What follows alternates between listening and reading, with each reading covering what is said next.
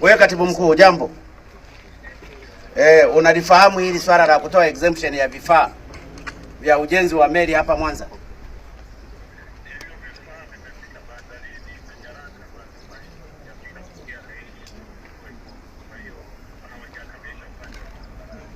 Kwa hiyo ni nani anayetakiwa kukaribisha?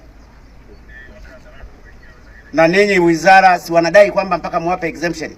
Umeshazungumza na katibu mkuu wa uchukuzi?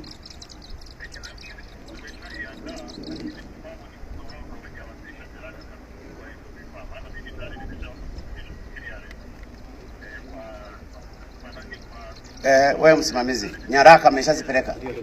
Mmepeleka lini? Zimepelekwa Jumatano iliyopita. Jumatano iliyopita. Sasa kwa nini zisubiri siku zote 30 zimepita mpaka Jumatano ndio mnapeleka?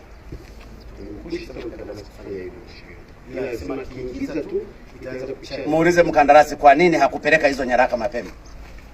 Muulize wewe. Kwa nini kupeleka hizo? Why did you deliver the documents before the document is taken?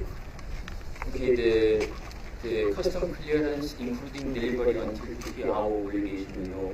But according to the tax exemption certificate status, we can choose the one of the option. The one is we can declare with the tax exemption condition or not. But depending on we choose the method. So next time, you are not supposed to be the root causer of this delay. Because you are not supposed to wait until 30 days. You are supposed to deliver the document so that they can process the exemption process there at the Ministry of Finance. I'm just warning you.